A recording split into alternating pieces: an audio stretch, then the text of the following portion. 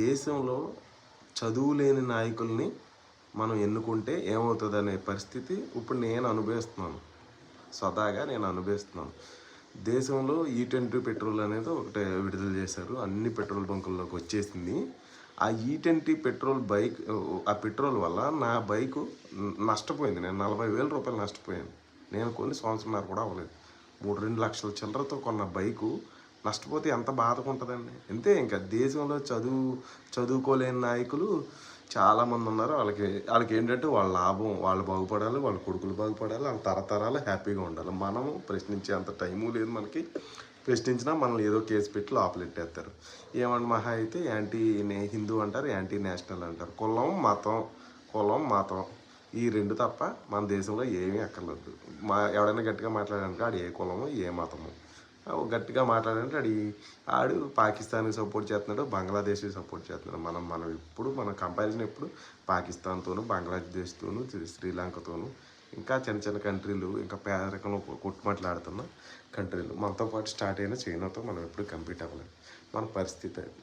E20 petrol, తర్వాత E85 అంట, E95 అంట. ఇంకెందుకురా డైరెక్ట్గా చెరుకు రసం పోసేవచ్చు కదరా బండిలో. చెరుకు రసం పోసేస్తే గొడవ ఉండదు కదా. ఇంకా ఇత్తనాలు ఇవన్నీ ఎందుకో నాకు అర్థం కాదు. ఇలా ఉంటుంది పరిస్థితి. రేపు పొద్దున్న ఇదే మాదిరిగా E20 మిల్క్ పాలు కూడా వచ్చేస్తాయి. E20 పాలు, E85 పాలు, E50 పాలు.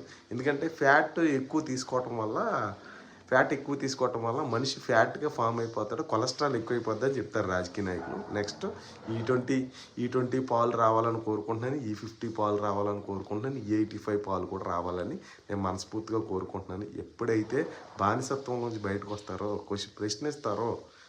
ప్రశ్నిస్తారో చదువుకున్న వాళ్ళు, అప్పుడే ఈ దేశం అనేది బాగుపడుద్ది. అప్పటి వరకు ఈ కులము మతము జై శ్రీరామ్ అంటే చాలు అన్ని వీటికి. అతను ఎవరో హిందూయేనంట, అతను కూడా.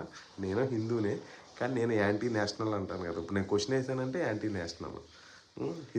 హిందూకి సంబంధించిన ఒక నాయకుడు అతనే చెప్తున్నాడు, నా బండి ఇలా పాడైపోయింది, నేను బీజేపీలోనే తిరిగాను, నేను ఎంత అని. అతను యాంటీ నేషనల్, ఇప్పుడు యాంటీ హిందూ. అతను అన్అపాలజెటిక్ సనాతని హిందూ. జై హింద్.